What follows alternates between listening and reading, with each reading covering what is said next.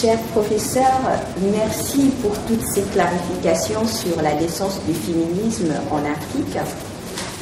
Et quand vous évoquez les premières fois où vous commencez à donner des cours sur le genre et les rapports sociaux du sexe, vous évoquez quelques incompréhensions et dans votre texte, toujours avec Thérèse Lecault, vous nous dites que les étudiantes d'aujourd'hui sont plus disposées qu'il y a 20 ans à traiter des questions féministes et sont plus réceptives à l'analyse critique des rôles et statuts sexuels.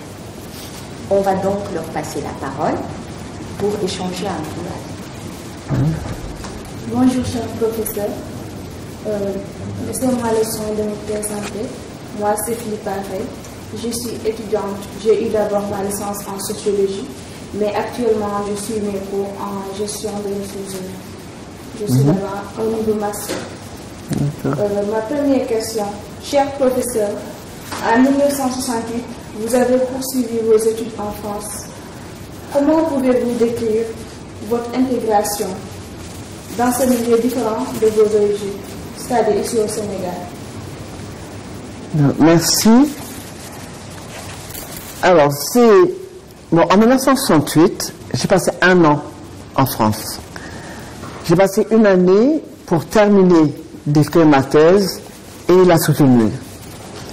À ce moment-là, j'étais déjà chercheur au CNRS, donc je suis arrivé dans un laboratoire dans lequel le CNRS m'avait, à ma demande, affecté. Je ne veux pas dire que j'ai eu des problèmes d'intégration, parce que c'était juste 1 an. J'ai trop occupé à écrire ma thèse dans un après mai 68 qui avait agité la France, qui avait agité le Sénégal. Au fond, je me retrouvais en France parce que le département de sociologie avait été fermé à l'université de Dakar. Donc je savais que j'avais quelques mois pour écrire cette thèse, la terminer et rentrer. Donc je ne me suis pas occupé de mon intégration, je me suis occupé à finir de la rédiger. Lorsque de 1998 à 2007, j'ai dû regagner l'université Paris Diderot, où je venais d'être affecté dans le laboratoire de Catherine Coquerel-Ludovitch.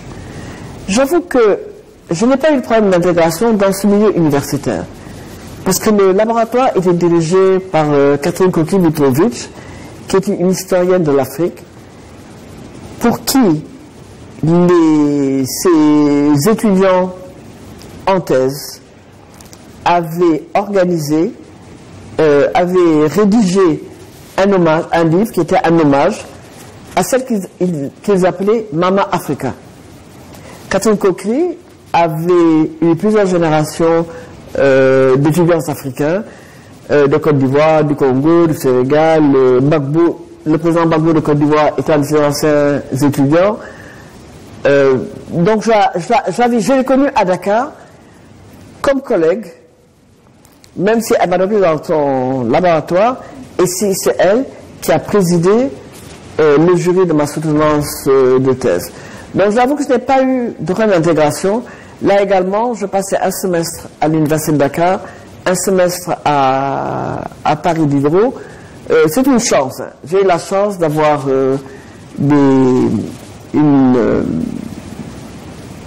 d'être dans un contexte qui était vraiment un contexte nouveau. C'est un contexte où, au fond, ce que je dois retenir, c'est que j'avais enfin des collègues qui parlaient d'études féminines et féministes à Paris Diderot. J'ai été membre du laboratoire CEDET, qui était un laboratoire d'études féministes, un centre de documentation et d'enseignement. J'étais membre de ce laboratoire, qui est dirigé par une iranienne. C'était vraiment un laboratoire multinational, mais c'était des vrais féministes qui étaient là. Et avec des étudiants qui suivaient des études féministes.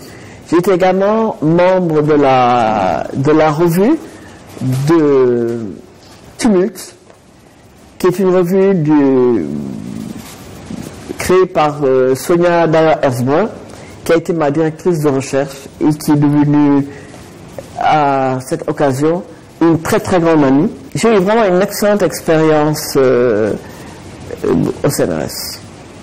Je n'ai pas eu de problème d'intégration, j'ai pas eu de...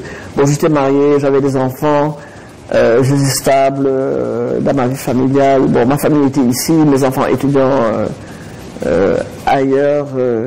Mais ces 10 années que j'ai passées en France ont été des années extrêmement riches pour moi. Je me suis très bien adapté, avec toutes les difficultés quand même sur le terrain, hein, parce qu'il y a quand même des problèmes de racisme en France, mais je n'ai pas subi de la part de mes collègues les plus proches. Et en même temps, j'étais en compétition avec personne. Moi, je finissais d'écrire une thèse, je m'ai aidé aux recherches. Nous avions un laboratoire très cohérent, multinational, avec des Maghrébins, des Ouest-Africains, des Européens. C'était la meilleure ambiance que l'université française peut créer, surtout après 1968, qui a quand même remis des structures différemment. J'ai beaucoup tiré de cette expérience. D'accord, merci. Maintenant, en 1984, vous avez été titularisé en tant que chercheur au CNRS et vous aviez aussi l'opportunité d'avoir la nationalité française autant pour moi, mais vous avez choisi de garder la vôtre. Est-ce qu'on peut savoir qu'est-ce qui vous a poussé à le faire? Moi, je suis né à l'époque coloniale. Je suis né à l'époque coloniale et j'ai grandi à l'époque coloniale. L'indépendance, c'était dans mes 20 ans. Lorsque le général de Gaulle est venu proposer la communauté franco-africaine, place d'indépendance, et quand il a dit aux porteurs de pancartes, l'indépendance, vous la prenez, vous la voulez, prenez-la, j'étais sur cette place-là. J'étais pas sur le podium, hein. J'étais pas politique, mais j'étais sur cette place-là, et j'ai applaudi, j'ai dansé, j'ai chanté, et avec tout le monde. Mon sérieux, ça avait du sens. Toute cette période politique de l'indépendance, il y a tout un mouvement qui se passe. C'est un mouvement dont je n'ai pas été forcément assez, mais c'était là. Donc vouloir 2 décennies plus tard, prendre un passeport administratif, parce que ça aurait été ça, un passeport administratif. J'avais pas envie du tout. Et le CNRS, à ce moment-là, proposait, mais pour le CNRS, c'était une révolution, parce que pendant 20 ans, j'avais fait carrière au CNRS, je n'avais jamais été intégré, comme tous les Algériens, Marocains, Vietnamiens, Camerounais, qui sont dans les espaces de recherche de l'université française d'outre-mer, comme on l'appelait à l'époque. On pouvait me prendre comme chercheur, mais vous aviez un contrat à temps partiel. On avait un contrat mon contrat a été renouvelé chaque année, et au bout de 5 ans, j'ai eu un contrat à durée indéterminée. Bon, il y a des lois sur le travail, hein, elles sont respectées en France, même si on les remet en question, mais au bout de 5 ans, vous avez un contrat à durée indéterminée. Mais le CNRS faisait partie de l'éducation nationale française. On ne pouvait être titulaire de l'éducation nationale que si on avait la nationalité française. Et quand en 1984, avec la lutte du monde des syndicats de l'éducation, qui ont non seulement promis des droits pour les enseignants, mais qui ont demandé à ce que ce soit ouvert à tous les étrangers qui étaient là, parce qu'il y avait des Argentins, des Chiliens, des Mexicains, il y avait quand même toute une nationalité. Donc il y a eu un débat politique qui a été mené, donc la France a dû fonctionnariser, puis en même temps la France a eu besoin de ces chercheurs. Ces chercheurs mexicains, sénégalais, camerounais qui travaillaient dans leur espace, contribuaient à la production scientifique en France. Donc là, à ce moment-là, c'est la gauche d'ailleurs, hein, c'est sous Mitterrand que ça a été débattu et gagné. Ça a été débattu pendant longtemps, mais c'est là que ça a été gagné et accordé. Donc on m'a, dans le courrier que j'ai reçu, qui me titularisait, moi avec un autre Sénégalais qui était à l'IFAN, lui il est arrivé avant moi, nous avons reçu le même courrier qui nous titularisait et qui nous proposait de prendre la nationalité française. Mon premier geste a dit non, mais moi j'étais français il n'y a pas si longtemps que ça. Je suis né dans les 4 communes, hein. Donc j'ai été citoyenne française à la naissance, et revenir, et après quand j'ai vraiment fait le pour et le contre, je pensais que l'indépendance était trop proche. Mais encore que la France ne nous demandait pas d'abandonner ma nationalité sénégalaise, hein, mais elle l'a rajouté. Mais voilà, mais je n'ai pas voulu la prendre. Nationaliste, peut-être ma petite sœur nationaliste. Bon, j'ai d'autres questions, mais je laisse le soin à Fatima. Bonjour, cher professeur. Alors, bienvenue ici dans notre côté. Je m'appelle Fatima Gaga. Je suis étudiante en licence 3 de sociologie. Je suis aussi présidente de la commission sociale du bureau des étudiants de l'espace universitaire de Dakar. Alors, cher professeur, pour le moment, j'ai 2 questions à vous poser. Pouvez-vous me dire qu'est-ce qui fait votre engagement et détermination dans le milieu éducatif? Et pourquoi si peu de filles choisissent les filières scientifiques? Et que peut-on faire pour améliorer cela? Merci. Merci. Alors, mon engagement dans le milieu éducatif, bon, la faculté des lettres, c'est une faculté d'enseignement. Hein. Les licences d'histoire, de philosophie sont des licences d'enseignement. La sociologie ne l'est pas, mais c'est quand même dans ce milieu éducatif. Et donc, c'est la formation que j'ai reçue. J'avoue qu'au début, je n'avais pas envie d'enseigner du tout. En fait, j'ai été faire sociologie pour ne pas avoir enseigné le français ou l'histoire ou l'anglais, où j'avais d'excellentes notes. Mais je voulais faire de lettres, mais pas de l'enseignement. L'enseignement est venu progressivement. Progressivement parce que dans l'université dans lequel j'étais, les gens enseignaient, mais les débats auxquels je participais dans des milieux universitaires étaient des débats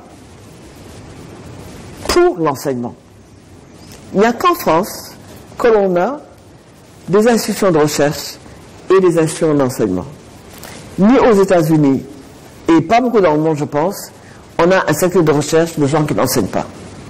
Or, moi, je n'enseigne pas parce que c'est ça le CNRS.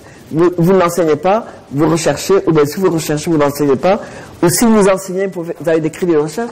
Enfin, il y avait quand même 2 mondes séparés avec des par exemple, on est directeur de recherche, là, ailleurs, on est professeur d'université. Donc, c'est ces 2 systèmes, j'ai dit alors, mais ces 2 systèmes, au fond, ont des passerelles. Et à force de sauter les passerelles, j'ai fini par tomber dans l'enseignement. Je vois encore que j'ai adoré enseigner. Ce que j'aimais enseigner, c'est partager avec les étudiants. Mais partager, pour moi, c'était leur donner de mon savoir, mais apprendre beaucoup d'eux. Vous savez, quand vous avez une question de recherche, que vous avez fait votre article, que vous essayez de relire, vous faites relire par un collègue, il n'y a rien de plus utile que de venir devant une classe d'étudiants, de poser votre question, d'expliquer, et les étudiants vous posent ces questions, vous voyez ce que vous avez écrit, dans quelle direction aller, etc. Donc ce sont ces 2 domaines qui sont vraiment imbriqués les uns avec les autres. Donc cette expérience-là, je l'ai eue en enseignant ailleurs, aux États-Unis, ailleurs en Europe, en participant à des conférences, en donnant des cours, en ayant des contrats d'enseignement, fait en court terme, etc. Mais j'adorais l'enseignement et j'adore l'éducation. Et alors, vous avez posé une deuxième question qui était comment... Ah, vous pouvez répéter la deuxième question, s'il vous plaît, parce que... Pourquoi si peu de filles? Ah, dans les sciences.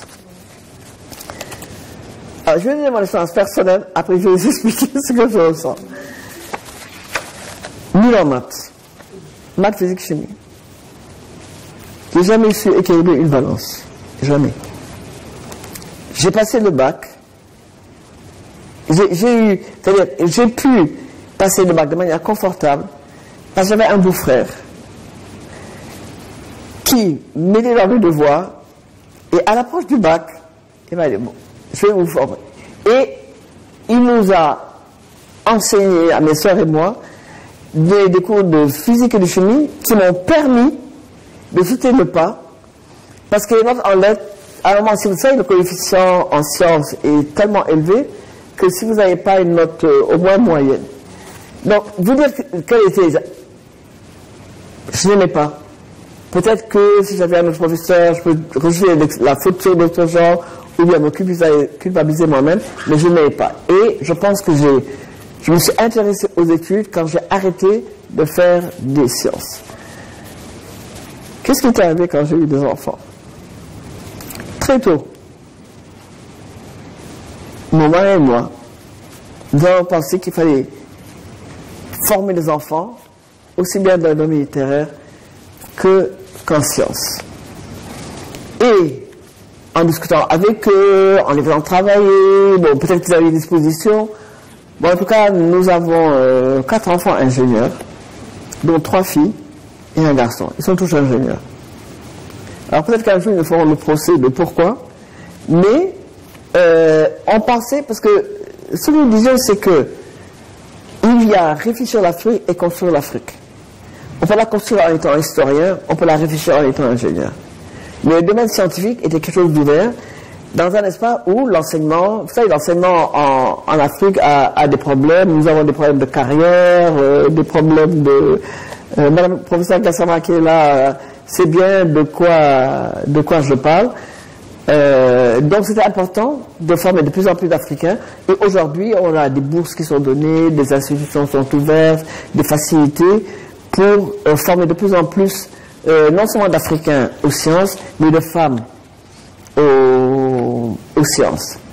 Alors maintenant, pourquoi est-ce qu'il y a peu de femmes dans les sciences? Je crois que dans le monde, comme en Afrique, les sciences ont été des domaines masculins. Les femmes qui ont percé, comme Marie Curie, ont des femmes qui ont eu des talents extraordinaires. En fait, Marie Curie, c'est elle qui était la tête, c'est-à-dire dans le couple Marie et Pierre Curie, c'est Marie Curie qui était à la tête.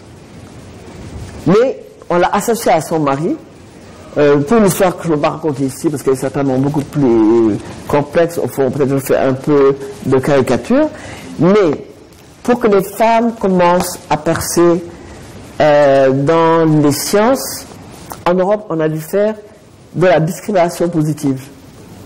Si je prends en France, l'école polytechnique était une école militaire, il n'y avait que des hommes. La première fois que dans les années 70-73, on a ouvert l'école polytechnique aux femmes, le major de la promotion était une femme. Donc je me souviens de ça. J'ai toujours son image. Hein. Je l'ai vu défiler sur les Champs-Élysées, habillée comme les hommes, elle portait une jupe. Les autres étaient en pantalon. Donc il a fallu une incitation pour pousser. Parce que, au fond, il y a toute cette image, dans les cultures d'Occident, comme dans les nôtres, les femmes sont des mères, elles portent des enfants, elles ont une... Alors, c'est pas le terme fragilité, mais elles ont une condition qui fait qu'elles ne sont pas supposées faire des choses dures de la tête ou du corps. Même si vous voyez les femmes travailler en milieu rural, il faut qu'elles aient vraiment de la force. Si vous voyez les charges qu'elles portent sur la tête, avec un enfant sur le dos, parfois un dans le ventre, etc. Le préjugé que les femmes n'ont pas assez, alors je vais dire d'esprit, mais elles n'ont même pas assez de jugeote pour faire des sciences, est extrêmement... la première personne au Sénégal sortie polytechnique, c'est une femme. Elle était de la même promotion de Souleymane Bachir Diagne, qui a été à l'école normale, mais quand elle a fait sciences, elle a intégré Polytechnique, elle a réussi, et cette femme, qui malheureusement est décédée, a eu une médaille d'or du CNRS. Avoir une médaille d'or du CNRS, c'est comme avoir un prix Nobel. La France est extrêmement élitiste.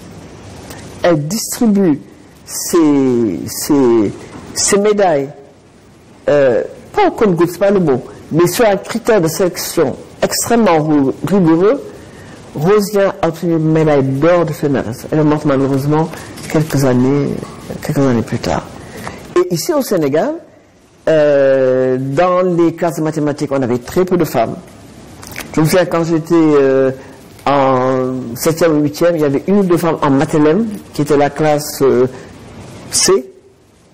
Il y avait une ou deux femmes seulement sénégalaises ou africaines. Dans l'ensemble, c'était des carrières jugées masculines. Et pour que les femmes deviennent ingénieurs, il a fallu qu'il y ait vraiment une orientation. Il a fallu pousser les femmes à l'école, il y avait de plus en plus de femmes à l'école, les garder à l'école, les orienter. Moi, dans notre génération, les femmes médecins, elles étaient en gynécologie ou en pédiatrie. Aujourd'hui, on les trouve partout. On les trouve dans tous les domaines de la médecine. De la chirurgie à la dermatologie, bon, je ne sais pas les termes, parce que je ne les connais pas. On a un développement, une montée forte, mais elle est toujours quand même mineure par rapport aux hommes, mais on a quand même, je crois qu'aujourd'hui les esprits se dénouent et on a progressivement, je pense, mais il faut un effort pour faire ça. Il faut une discrimination positive pour pousser les femmes à faire des sciences. Tout à l'heure, vous avez parlé d'handicap femmes. L'handicap femmes, Oui. Que pouvez-vous nous dire sur la santé des filles, surtout en cette période de pandémie? Il y a une question large et une question courte. Oui, la pandémie, c'est un débat spécifique. La pandémie de la Covid-19, c'est un débat spécifique. Mais ce que je peux dire sur la pandémie, et qui va me permettre de revenir à la santé des femmes, c'est que la pandémie de la Covid-19 a exacerbé toutes les différences et toutes les inégalités. Elle a accru toutes les crises sanitaires, la crise économique et la crise politique. La révolution, les événements sanglants que nous avons vus à Dakar il y a une dizaine de jours n'étaient pas liés à la Covid. Mais la Covid a mis les gens dans un tel état de crise économique et de crise politique, parce qu'on a imposé énormément de pression sur la population, que tout a exploité. Alors, je ne veux pas revenir sur la crise la semaine dernière, parce que ça, c'est également un autre débat. Donc, ça que je peux dire de la pandémie, elle a exacerbé les inégalités. Mais la santé des filles, vous savez, la seule manière que j'ai de vous répondre dans cette courte conversation quand même, c'est au fond la santé, l'approcher de manière politique. Qu'est-ce que la santé? Et qu'est-ce que la santé des femmes? La santé des femmes, elle a été soit la santé des filles pédiatrie, soit la santé des femmes maternité. Entre les deux, il y a eu très très peu de choses pour les jeunes gens de votre âge. Et toutes les fois que pour les jeunes gens de votre âge, on essaie de sortir un peu au-delà de la santé pour montrer aux gens comment gérer leur santé, on tombe sur des normes, des pressions, des interdits de sa santé. Et c'est ça qui a été discuté de manière très très forte durant la décennie des Nations Unies pour les femmes. C'est penser la santé en termes de droits, mais de droits sexuels, reproductifs et de santé. Parce qu'on a beau dire, la santé des femmes, ce n'est pas seulement l'appareil reproductif, c'est un ensemble, mais qui est conditionné par leur appareil reproductif et par le contrôle que la société a sur cet appareil reproductif. Si vous pensez qu'avoir des règles, c'est un phénomène naturel, c'est biologique, ça coule, et on peut expliquer précisément ce que signifie avoir des règles et ce que ça représente. Or, autour des règles, je prends cet exemple-là, parce que cet exemple, nous l'avons discuté avec un collectif que nous avions sur la santé de la reproduction, qui nous a fait écrire avec un collectif, un réseau de recherche en santé de la reproduction, santé et sexualité des femmes en Afrique. Côte de Bob, ma collègue journaliste et moi-même avons édité un ouvrage auquel ont participé des économistes, des sociologues, mais essentiellement des médecins, parce que c'est eux qui savaient de quoi y retourner en matière de santé. On prenait les règles. Les règles, phénomène naturel. Ou ovule, s'il n'est pas fécondé, l'ovule s'évacue à travers les règles. Mais il y a tellement de normes autour des règles. D'abord, on n'enseigne pas à la petite fille que ces règles vont arriver. Très très rarement, on enseigne aux femmes dans nos pays, alors je parle pas des autres, je parle que de nous seulement, que les règles vont arriver. Un matin, vous avez des règles, qu'est-ce qu'il y a? Et, au fond, au lieu de donner la bonne explication, on vous dit, non, dis rien, mais attention, il ne faut pas... Donc il y a tout un interdit autour de... Parce que quand on parle des règles, on va parler de sexe. Quand on va parler de sexe, on va parler de relations sexuelles. On va parler d'interdits, de liberté, de manière d'agir, de conduite autour de la sexualité. La manière d'approcher et la manière de juger cette sexualité, cette santé sexuelle, n'est pas la même que pour les garçons. Au fond, aux garçons, on permet pratiquement, pas tout et n'importe quoi, mais presque, hein. Il faut juste qu'il soit viril. Quant aux femmes, il y a toute une série d'interdits qui sont là, qui vont dans la virginité. Alors, est-ce qu'il y a un important enjeu ou ça n'est pas? C'est une question qui a été posée. Les règles, sales, pas sales, pures, impures. Je me souviens avoir été à une conférence où une collègue américaine, islamologue, avait fait une présentation sur l'islam et elle avait parlé de cette professeure d'anthropologie religieuse noire américaine qui était musulmane et qui avait dirigé une prière à New York dans un espace. Elle avait dirigé la prière avec des femmes et des hommes derrière elle. Le débat que nous avons eu à WARC, le West African Research Center, qui est à FAN, c'est un débat hallucinant. Une femme ne peut pas diriger la prière, alors elle est les formes du corps, elle est devant, la promiscuité. Et puis quelqu'un a dit, oui, mais les femmes, elles sont impures tous les mois. Nous tous avons ancré dans nos têtes que c'est sale, alors que ça veut dire biologique. Une fois que les femmes accouchent, le sang mensuel, le sang des couches, il y a tout un ensemble de pressions qui sont faites. Et alors, la maternité obligatoirement dans le cadre du mariage, alors que nous sommes dans une société dite matriarcale où c'est important de reproduire la